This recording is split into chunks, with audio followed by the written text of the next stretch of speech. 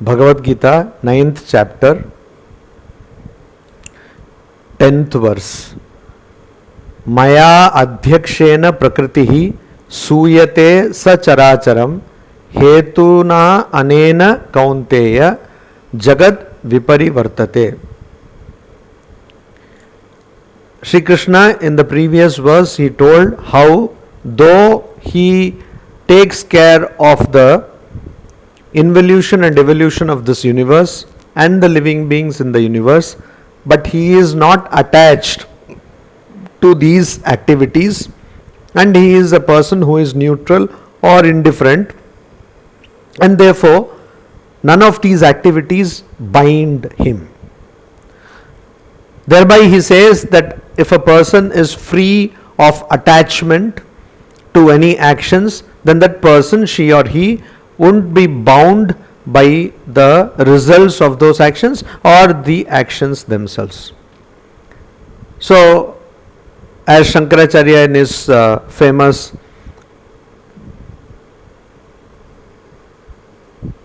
introduction to his commentary on the Brahma Sutras, Adhyasa Bhashya, he says that the problem in this world is caused by nescience or primal ignorance called avidya or ajnana, and all the natural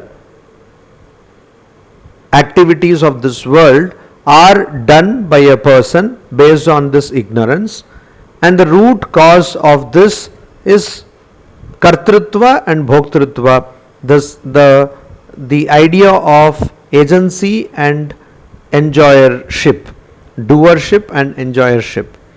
That is what is now told here in the 9th verse of the Bhagavad Gita, 9th chapter.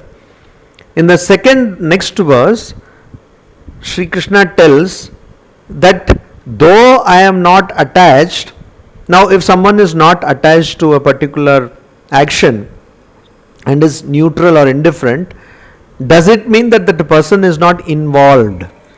Does it mean that the person has got nothing to do about that action? So that is what Sri Krishna says, that no, though I am not attached, but I am definitely involved. Means I am integral to the action. That means my presence is necessary to the action. So that is what he says in this verse. He says adhyakshena, adhyaksha. Now as we know in Sanskrit every word has got many meanings. Adhyaksha usually means a one who presides. One who presides, the presiding person. But here adhyaksha means also, literal meaning is that, but here in this context we have to understand sanidhya.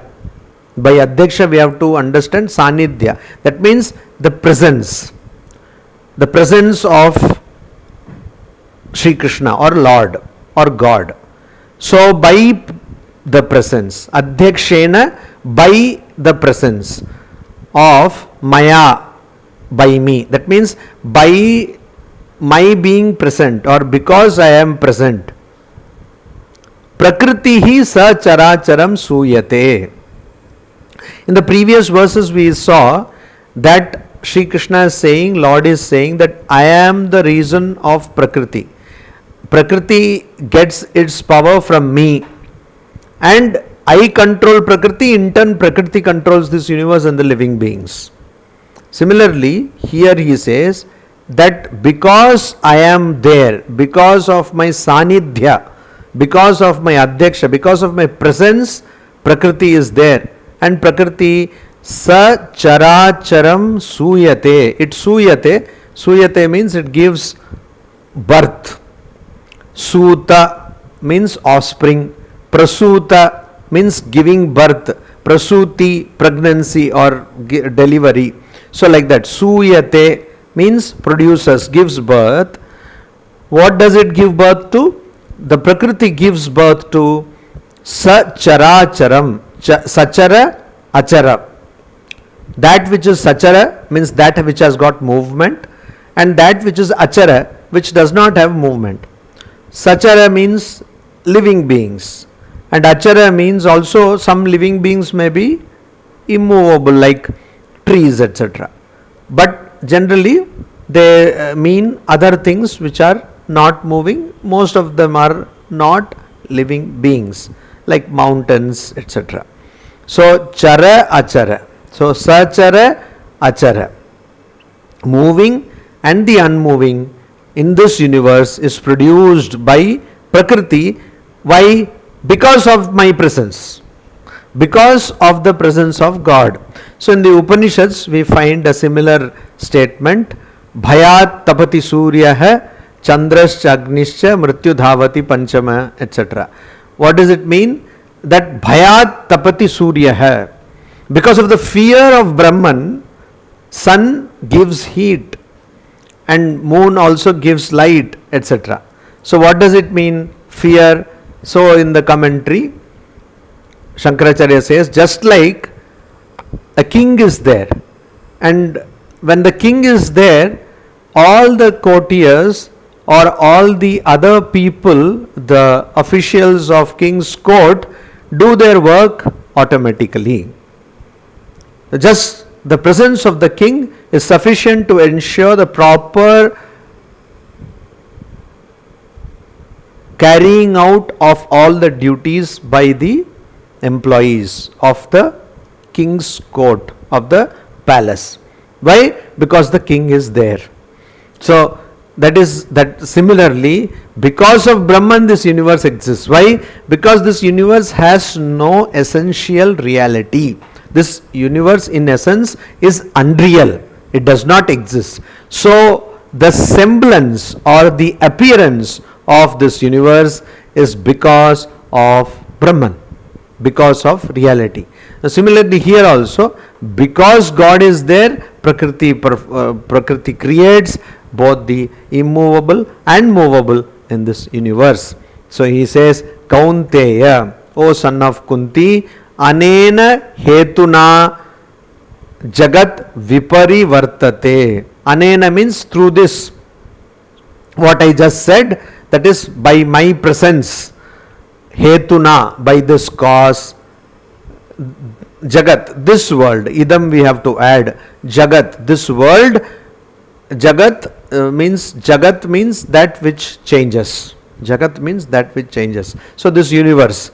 Viparivartate, this goes round and round in a cycle.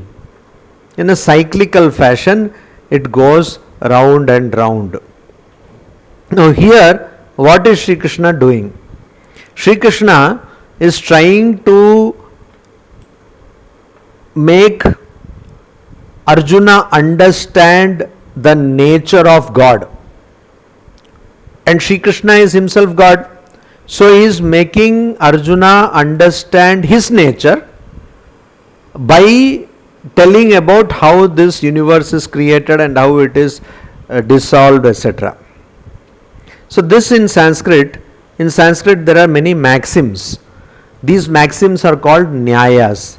Nyaya is a word which is also used for logic. But when we say in this context, it is a maxim. So what is a maxim? The famous maxim is called Andha Gaja Nyaya. That means Andha means the blind and Gaja means the elephant, and the Nyaya, the maxim of the blind men and the elephant, or blind people and elephant. So we all know this, that some blind people were there and they encountered an elephant, and somebody touched the tail of the elephant, said it is very thin, etc. Somebody touched the trunk of the elephant, said it's like a wall. Somebody touched the feet, said it's like a tree, etc., etc. So everyone had their own perception of the elephant, but elephant was like all this and much more. So that is called Andha Gaja Nyaya, where a person gets only one aspect of a particular thing correct and thinks that is the complete aspect. Sri Ramakrishna quoted this example to tell that how everyone thinks that God is only what they have understood, she or he has understood, but God is much more than this. So similarly, there is another popular Nyaya, which is called Arundhati Nyaya. What is Arundhati Nyaya? There is a star, very small star, very tiny star, which is called Arundhati. Arundhati. Arun means, it means light. So Arundhati in fact means one who gives light. But that star is very tiny. Now to see that star, how to see that star? It is very difficult to see that star. But there is a ritual when a bride goes to the bridegroom's house. When the bride goes to the in-laws' house, it is necessary for her to be shown by the husband, by the bridegroom, the Arundhati star. So there is a meaning in this ritual. So the Arundhati star should be shown. Now how to show this Arundhati star? It is very difficult. So they go and stand in such a place where there will be something like a tree or a branch, etc., near which that star will be there. So the husband will say, oh, you see this tree, can you see? Yes. Near that, can you see a small dot? Yes, that is Arundhati star. So like that, Sri Krishna is first telling. So what is this maxim? This maxim means when you want to teach something which is very subtle, first you take that person to things which are not so subtle, gross things, and from gross, gradually, eventually you go to the subtle thing. So this is a teaching tool, it's a pedagogical tool where you teach someone something which is very subtle by first teaching them gross things or not so subtle things. So here also Sri Krishna is first talking about what happens in the beginning of evolution, that he projects all the beings, then that Prakriti is only an instrument and for him, and that Prakriti controls all the living beings and he controls Prakriti. Then he says he is not affected by all these actions, and finally he says that the Prakriti also acts because of his presence, because of his Sanidhya. So in effect, in essence, everything is dependent on God. This he tells. So gradually he brings from the gross, that is the creation of this universe, to the subtlest, that is the presence of God. Now we go to the next verse, 11th verse. Avajananti mam moodha manushim tanumashritam param bhavam ajananto mama bhuta maheshwaram. Here again Sri Krishna is saying what happens to people who do not understand this reality of God. What happens to people who don't understand that in essence this whole universe, the entire universe is existing because of God. He says Bhuta Maheshwaram. Bhuta means living beings, Maha means great, Ishwaram means Lord. So the great Lord of living beings, Mama, my, Param, higher, Bhavam, state, Ajanantah, unaware of, Moodhaha, fools, Manushim, human, Tanum, body or form, Ashritam, dwelling, Mam, me, Avajananti. So if you consider yourself rooted to something, that thing becomes important to you. Wherever you consider yourself to be, it becomes important to you. For example, if a person thinks that the whole existence is dependent on food, then for that person food is very important. Important in the sense it is an existential thing. Without food that person will die. Everyone dies without food. But this person is so involved and so much entangled with food that if there is a small change in menu, this person cannot take it. Everything goes haywire for that person. Everything goes berserk for that person. So why? Because that person considered food. Similarly, a person might be there for whom ideas are more important. So if a person has got ideas as the prominent thing, then if you go to that person and tell something which is illogical, that person cannot take that. How could you say that? How could you say that? So I just told like that. I did not actually mean it. No, how can you say something which you don't mean? How can you be so silly? You have to be very serious. There are some people like that. And for some people, money is everything. So you give them money and they are happy. You talk about money, they are happy. So people, they generally say, oh, it is so difficult to study the Upanishads, study the Gita, Brahma Sutra is so difficult, we don't know. But you give them complicated calculations about mutual funds, they will immediately understand. Because the state they live in, for them money is the core, so they need money, so they will understand. So they will not bother. They will say, oh yes, mutual fund, I understood this ratio, that ratio, everything they have understood. How did you understand such complicated calculation? Because I need that. Because that is what I identify myself with. So whatever you identify yourself with becomes your existence. That is what Sri Krishna is telling here. He says, you see Arjuna, people who do not know my higher state, as we saw, he is bringing Arjuna's understanding from the gross to the subtle. And he says, people who do not know my higher nature. What is my higher nature? Just by my presence, everything is happening. I am not doing anything. I am just present here and everything is going on like clockwork. So, that is my nature. So, people who don't understand this higher nature of me, Moodaha, they are fools, avajananti, mam avajananti, they disregard me. Disregard me as what? As the basis of everything. They disregard me as the basis of everything. They disregard me. Why? Because manushim tanum ashritam. Because they are dependent on the human form. They are dependent ashritam. They dwell or they are dependent on the human form. Manushim tanum. They are dependent on the human form. So they disregard me. Disregard my higher nature. They don't completely disregard. If you tell, for instance, that if you chant this stotra every day, twice, you will get billions of rupees. Everybody will chant that. They will buy that statue or image or photo of that Lakshmi or whatever, god or goddess, and they will keep on chanting this. So they are not disregarding completely God. As far as God is useful in getting what they want, they will not disregard. But they disregard the higher form of God. Higher form of God they disregard. So why? Because they are attached to the lower form. So that is why they disregard. Then, so he says it is like fools they disregard. Why like fools? Because if you know the root of something, if you know the factor which is crucial in any particular phenomenon, then you can be an expert in that. So you have to know the root.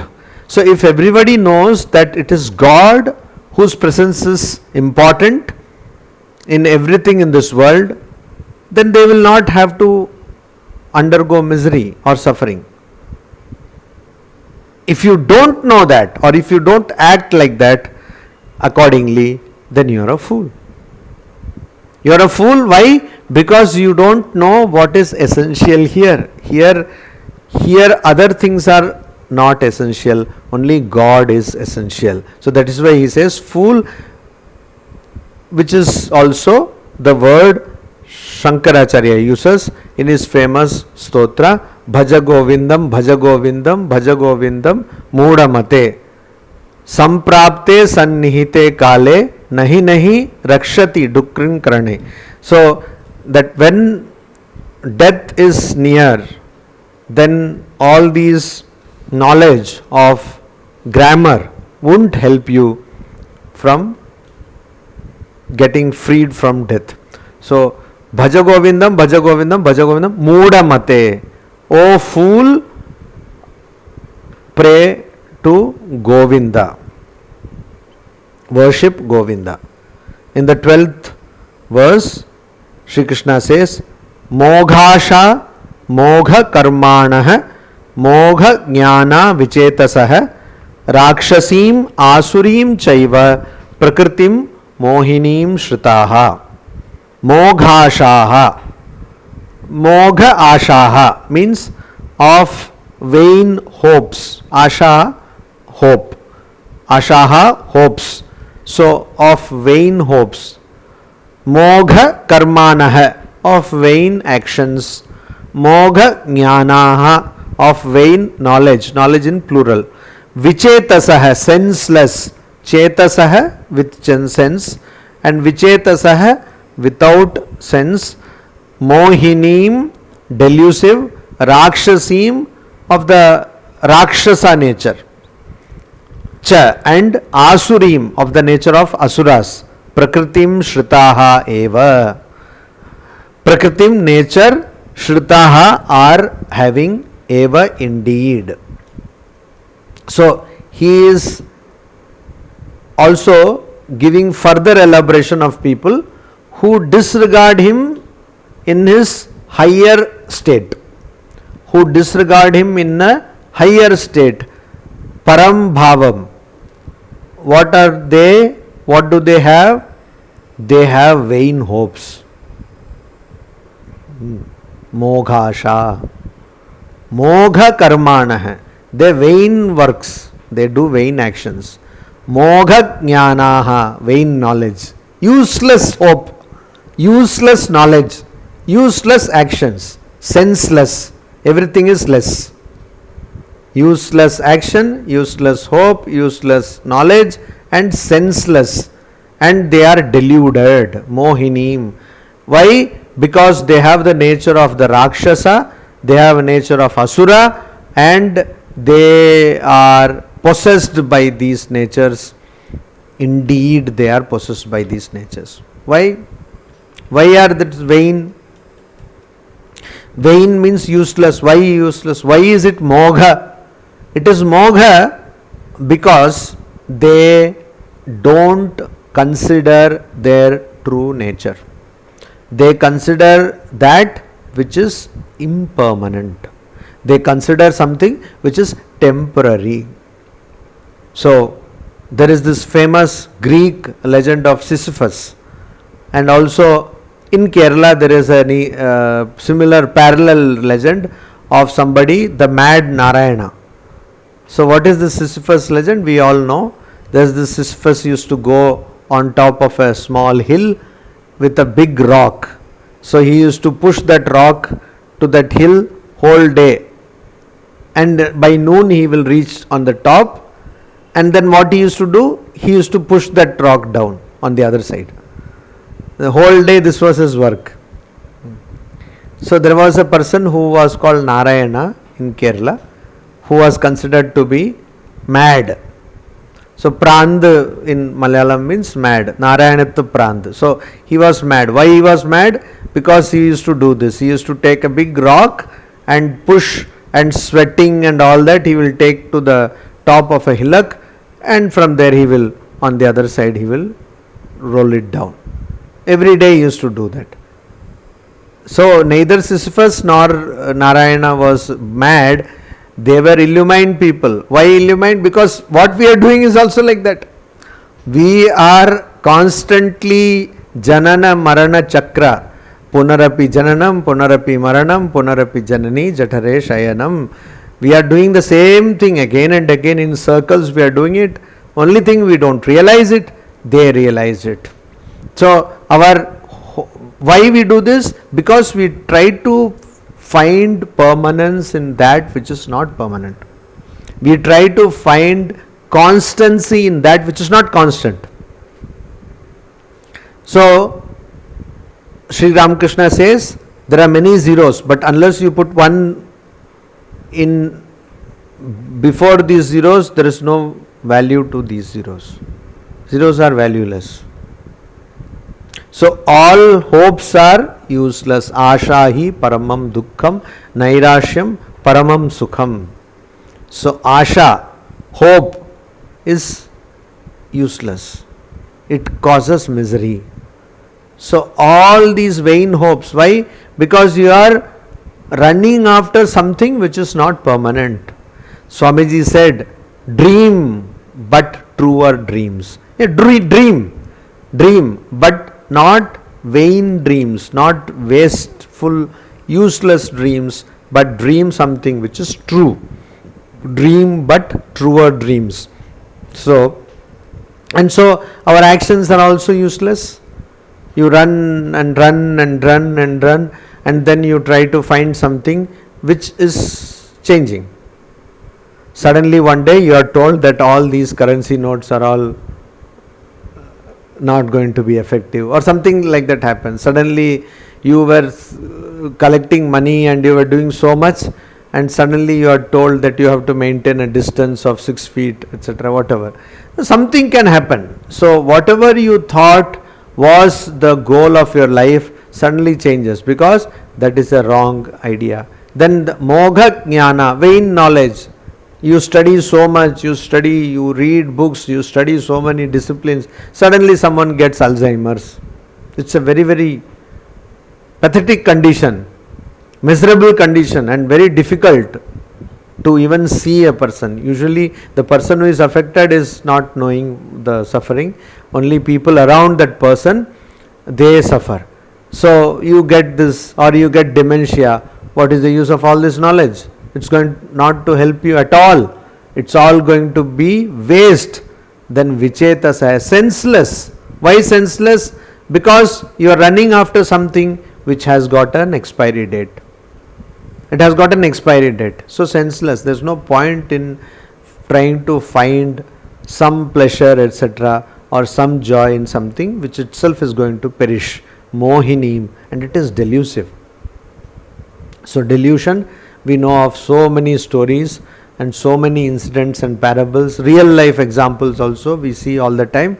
Sri Ramakrishna gives so many examples. One is, a person is lying on his deathbed and there is a lamp by his head and he calls his wife. And he has got this feeble voice because he is on his deathbed, and his wife comes to him, near him, and he says, just lower the wick of the lamp because too much oil is being spent.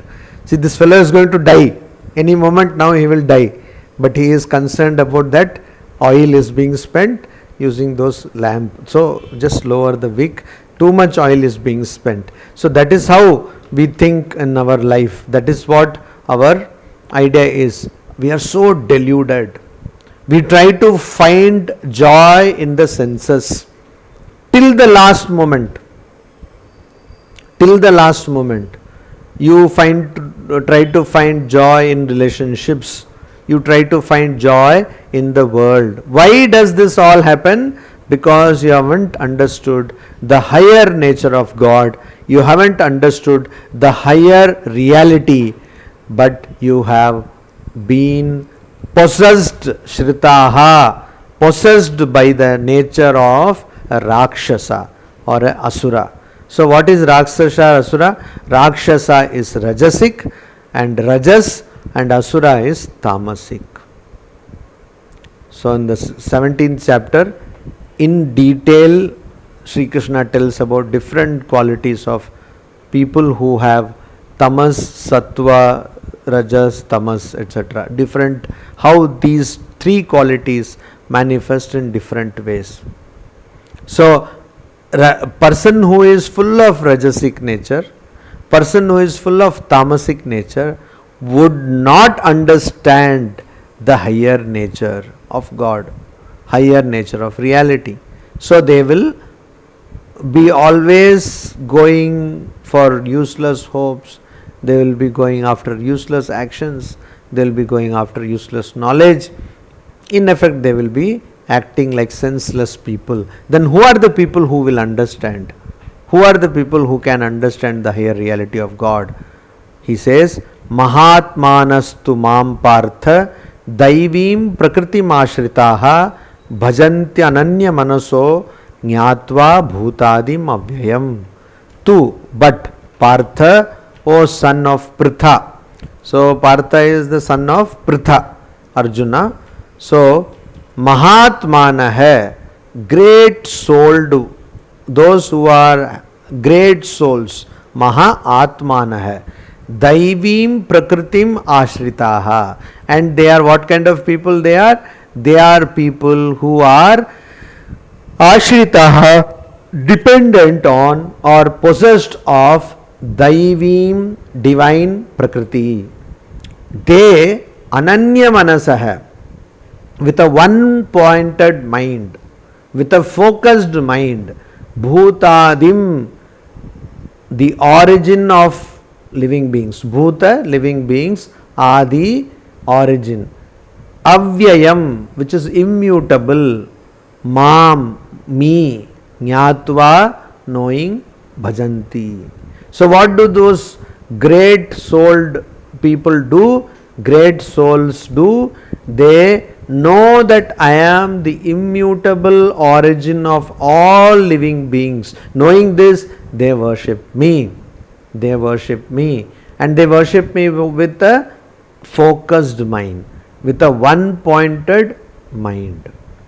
So people always use one focus. Focus is always there. Some people say that we lack concentration. No, everybody has got concentration. Everyone has got concentration. Now the point is where our concentration is. See, on certain levels, everybody is concentrated.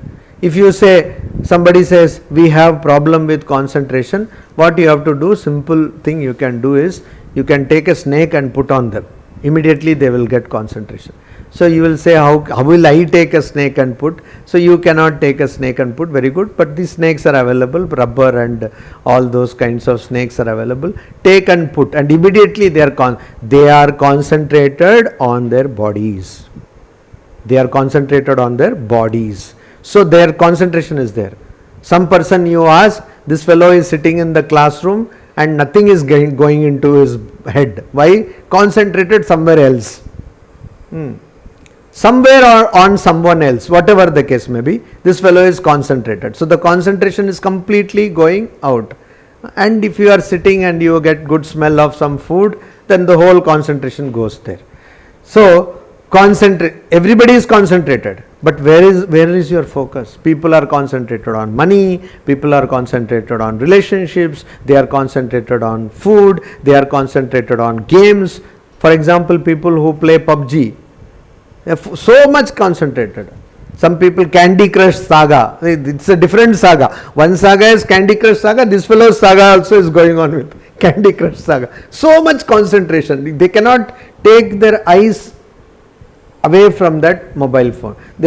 And that is such a stupid game. There is no intellect involved in that game at all. Like there will be like tiding, bataiye, tiding, it's going on. Candy Crush Saga. What kind of saga, I don't know. So this type of concentration is there. So what we have to do, we have to shift the focus of our mind. Focus is always there. We have to shift the object of focus. Where are we focusing on? And first we have to subjectify our objectification. First we have to take it from the object and put it to our subject, and later on we have to see that subject is Atman, that subject is Brahman. That is what we have to do. So this is a process. First always the focus is objectified, then we have to subjectify, and then subjectification also, first it will be mind, body, mind, like that, then gradually eventually we have to take it to Brahman. That is what in Katha Upanishad is told in a very poetic language, Avritta Chakshuhu Amritatvam Icchan, that you have to turn your eyes means senses, inward. Avritta, inward, the turn of senses, turning inward, that is very important. So we are constantly going out. Parang pashyati na antaratman. So a person who knows that this is the origin of all beings, that means this is the substratum, this is the basis of all beings, that person alone will worship God or meditate on that reality. So here Daivim Prakriti means this Sattva Guna. Sattva Guna. In the Bhagavad Gita, there is this chapter, 16th chapter, Daivasura Sampad Vibhaga Yoga hai. So the properties, what is the Daivi property, what is the Asuras property, everything is classified. So that is there in the 16th chapter. So here Sri Krishna says that neither Rajasic people will understand nor Tamasic people will understand, but only Sattvic people will understand. Here I want to give a word of caution. Whenever we read this type of thing in any scripture, people immediately make a list. These are the things which are Sattvic, these are the things which are Rajasic, these are the things which are Tamasic. Unfortunately, it doesn't work like that. Everyone needs a balance of all these three. So if you are completely, if you say Sattvic, it is not possible to become like that overnight. Because if you have no action at all, then as they say, extremes look alike, you will be without action. So you will in reality become Tamasic, but you will think that you are Sattvic because you are doing nothing. So it's necessary, that is why Sri Swami Vivekananda said that first let us bring Rajas, let us be proactive, let us be active, and then gradually we will, first we have to remove that inertia which is there. We know from the laws of motion that inertia is always there. So some force has to be applied to remove that inertia. So first let us remove that inertia, and then we have to become active, and then eventually we have to understand that all activity is immaterial. Om Shanti Shanti Shanti. Hari Om Tat Sat. Shri Ramakrishna Arpanamastu.